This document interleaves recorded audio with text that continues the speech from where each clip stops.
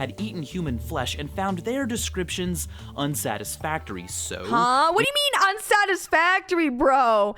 Dude's like, how does eating human flesh taste like? Hi, I'm Mari. Hope you're having a good day, and I hope this video makes today just a little bit better. All right, so we are going to be watching What Does Human Taste Like by Vsauce. This is a very interesting thing to recommend me to watch, so shout out to Rogue Wanderer for having us watch this today. Of course it's Vsauce. I've never seen Vsauce's stuff before. Hey, Vsauce, Michael here.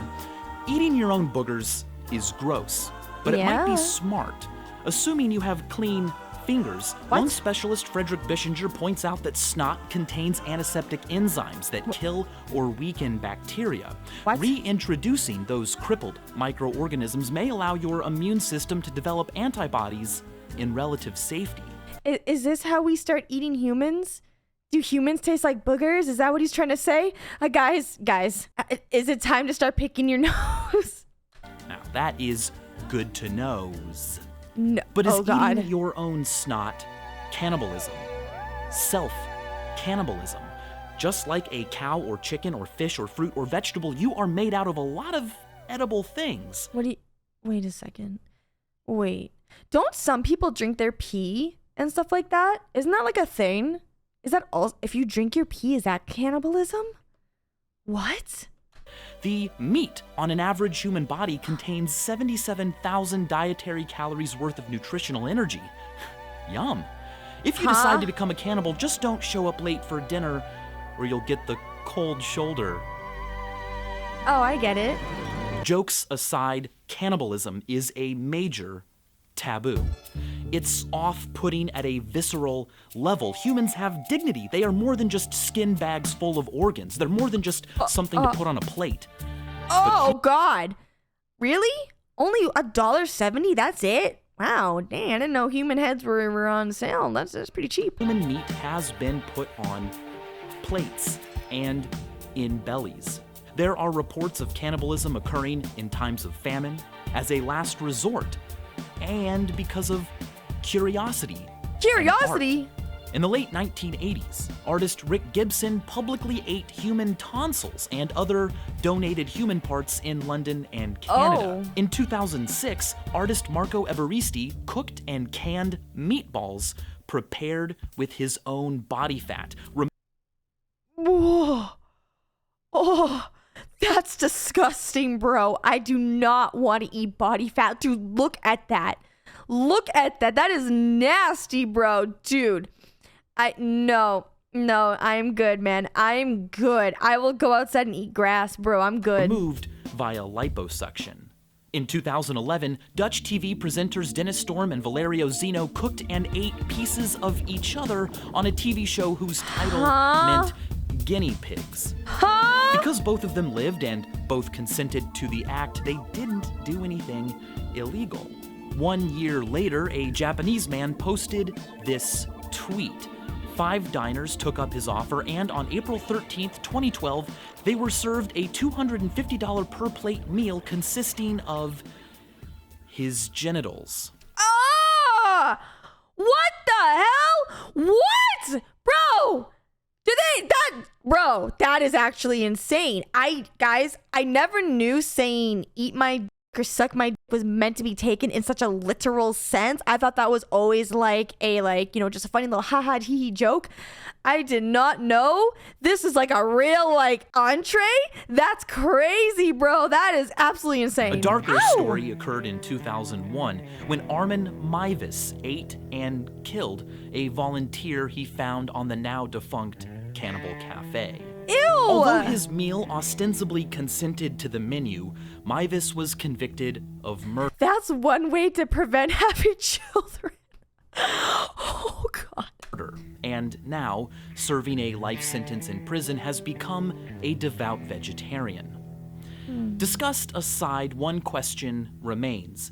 If you were to use your taste buds to taste your bud, what would it taste like? What do you mean by that? To be clear, Taste is a sensation caused by something in your mouth chemically reacting with receptors in your taste buds. Flavor is the even more complex experience of taste combined with smell and information from the trigeminal nerve about things like temperature, texture, pain, and pungency. As far as the cooked but otherwise unadulterated, spiceless, sauceless flavor of human meat, the late William Seabrook provided, in my opinion, the best description. While in West Africa, Seabrook interviewed members of the Gyr tribe, people who had eaten human flesh, and found their descriptions unsatisfactory. So, What do you mean unsatisfactory, bro? Dude's like, how does eating human flesh taste like? That's not the answer that I'm looking for. I can't get clout off of that answer. I need to have a better answer, something for the media to really go, ooh, Dude's a clout chaser, bro. I'm not satisfied with that answer. That's insane. when he returned to Paris, he struck a sneaky deal with an intern at the Sorbonne and obtained a chunk of human meat from an otherwise healthy body recently involved in an accident. He carefully prepared the meat and wrote that, quote, "It was like good, fully developed veal. Not young, but not yet beef. It was..." Why? Because that's easier to say in like the media? Like, is that why he wanted to do it? Because, like, guys, let's be honest, that's gonna get some headlines right there. Eating human is like veal?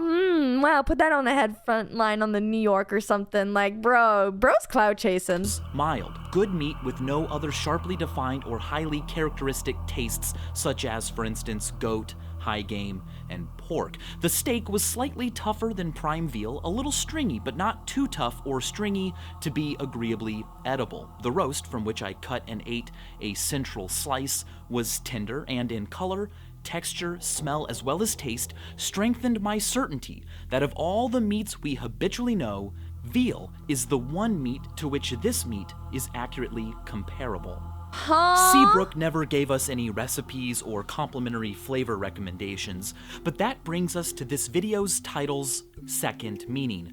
What does human taste like? What does the human palate prefer? Interestingly, of all the possible combinations of identified flavors we consume, human cuisine only features a relatively small number of recipes. Really? A couple years ago, Scientific Reports published a great paper on the chemistry and networks behind food pairing. Researchers took 381 ingredients used in 5 global cuisines and 1,021 molecular compounds known to contribute to their flavors and created a flavor network. Haven't eaten veal before. This makes me question reality. I've also had veal before. Like, I have eaten it. It's not my favorite thing to eat. I've also eaten, what's it called? I've also eaten duck before. I'm not really a huge fan of that. It's very gamey. I've also had like venison, like deer. Don't really like that either. I'm not really a huge veal person, to be honest. I don't know, man. Am I gonna eat chat? No, I think I'm okay. You guys, I don't know where you're, if you guys are eating your boogers right now, like, I'm good, man. I'm good. Lamb is delicious. Yum, yum, yum. Listen, I'm not saying I'm judging you for eating veal, like, you know, but I'm just saying, like, the science doesn't lie, guys. Ow, I'm just kidding. The size of the bubble represents the ingredient's prevalence in cooking. The thickness of the lines connecting ingredients reflects the number of flavor-inducing molecules they significantly share. The researchers' flavor network backbone spans 14 different food categories and is quite interesting.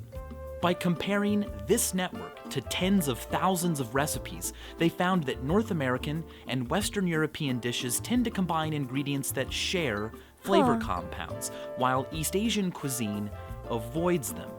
But that trend was caused by a few outliers in each cuisine that, if ignored, caused the difference in amount of sharing to lessen. Those few ingredients tend to be the most authentic. They tend to be the most responsible for the taste palette of a regional cuisine and contribute to this illuminating visualization. But some flavors don't go together in any cuisine. For instance, orange juice and toothpaste. Ew. Why does orange juice taste so disgusting right after brushing? Well, Most toothpastes contain sodium lauryl sulfate, a chemical that helps the paste get sudsy and frothy during use. That action helps pull brushed off debris away from your teeth, but sodium lauryl sulfate also suppresses sweet receptors in your mouth and destroys phospholipids that inhibit your bitter receptors, making sweet orange juice taste not so sweet and grossly bitter for up to an hour after brushing. An hour? What interests me the most about flavor is the fact that the things that cause it eventually become you. You are what you eat, scientifically. Oh no. Oh no, if I am what I eat. Oh no. Oh no. Your body is always losing dead cells, but the elements and molecules you ingest are processed by your body into new body. Here's a fun way to think of Wait, so if we eat humans, we are human?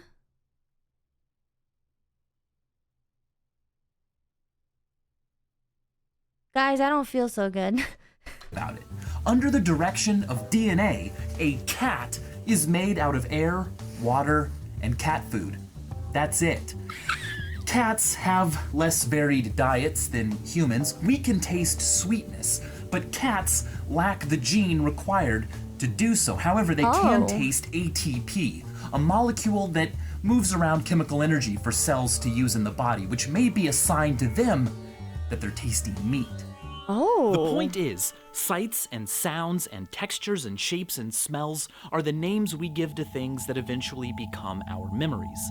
But flavor is the name we give to the Guys, I am made out of gamer subs, bits, and water. That's right. That's right. And bumblebee tuna. That's right, everyone. Those are the only things I am. So you know, that's all I'm filled with. That's my belly right there. NeoCloud, thank you for the gift of sub, by the way. Thank you. experience of things that eventually become our bodies. Contemplating the flavor of human meat is gross, but think of it this way: you are currently tasting human. You are tasting human right now. Your tongue and taste buds are in contact with your mouth almost constantly. Now, granted, it's more of a passive thing. Your mouth just happens to contain your tongue. You're not actually eating yourself, but you kind of are. Your body is constantly swallowing your own mucus and digesting pieces of your body like dead cells from your tongue and cheek. But that's nothing compared. Oh my god. If that's true, then you're eating yourself right now. You're eating yourself right now. That's right, you cannibal. You're a cannibal. You're eating yourself right now. Oh my god. Oh no. Guys, I'm crashing out. To the self-cannibalism of the sea squirt. The sea squirt lives a sort of self-cannibalistic flowers for Algernon life. When born, it resembles a tadpole and has a notochord, putting it in the same phylum as humans. It swims around until it finds a nice place to adhere, a rock, a plant. Once stuck, it begins retrogressive metamorphosis, literally digesting its own nervous system, eating the closest thing it ever had to a brain, and lives the rest of its life in a sensile, unlocomoting clump. It is a bit of a downgrade, but they are prime evidence that the evolution of the brain was spawned by the need to move. As soon as these guys don't need to move around, they eat their brains. That is way more extreme than the self-cannibalism you participate in every day by swallowing. But don't feel bad. About every 3 months or so, you swallow and digest your own body weight. What do you mean by that? Of you. What do you mean by that? That means that every day you are a little more than 1% of the mythical Ouroboros, the snake eating its own tail. You are what you eat. Wait, is that how you pronounce? I thought his name was Ouroboros. Ouroboros? Is that what he said? Ouroboros. Ouroboros. I thought his name was Ouroboros. Have I been saying that wrong? You said it right, he said it wrong. Okay, I was like, have I been saying it wrong this whole time? Oh my god. Guys. Bro, That is insane. Something's not right with my brain. I'm actually like, I don't know what's happening. I don't even know what to think right now. Who am I? The snake eating its own tail. You are what you eat, but you are also a thing that you eat. And as always, thanks for watching.